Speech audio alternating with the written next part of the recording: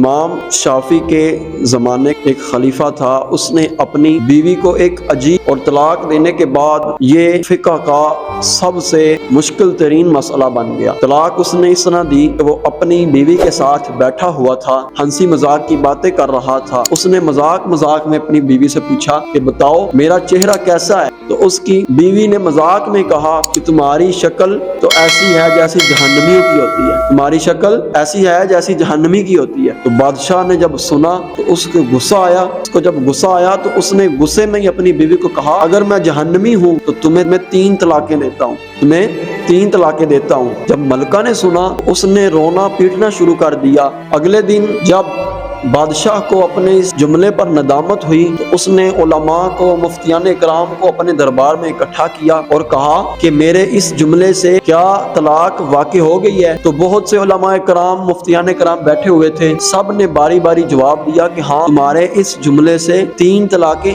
واقع ہو چکی ہیں۔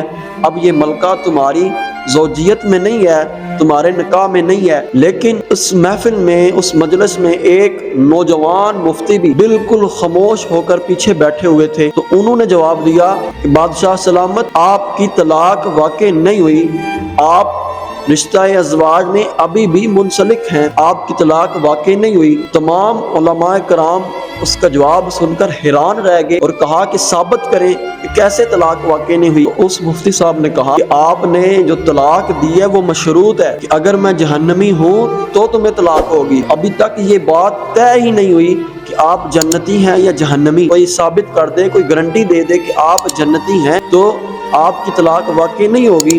تو بادشاہ نے کہا کہ مجھے جنتی ہونے کی گارنٹی کون دے گا؟ کس کے پاس اتنی اتھارٹی ہے کہ وہ مجھے جنتی ہونے کی سند دے دے؟ تو جب تمام علماء کرام بادشاہ کا یہ پیغام سن کر، بادشاہ کا یہ کلام سن کر انہوں نے سنا تو وہ خاموش ہو گئے اور اپنے سار نیچے جھکا لیے۔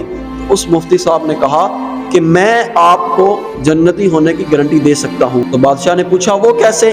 تو اس نے کہا آپ مجھے بتائیے اگر کوئی ایسا گناہ ہو جو آپ نے اللہ کے خوف کی وجہ سے چھوڑا ہو، آپ کرنے والے تھے تو آپ نے اللہ کے خوف کی وجہ سے اس گناہ کو چھوڑ دیا ہو، کوئی ایسا آپ کا کوئی عمل ہو۔ بادشاہ نے کہا ہاں ایک ایسا عمل ہے، ایک دن میں اپنے جب خوابگاہ میں داخل ہوا، اپنے کمرے میں داخل ہوا تو ایک نوکرانی میرے کمرے کی صفائی کر رہی تھی، تو جب میں نے اس کو صفائی کرتے ہوئے دیکھا تو میرے دل میں بری نیت پیدا ہوئی، میں اس گناہ کی طرف بڑھنے لگا تو وہ نوکرانی مجھے چلا کر کہنے لگی اے بادشاہ کیا تمہیں اپنے رب سے خوف نہیں آتا؟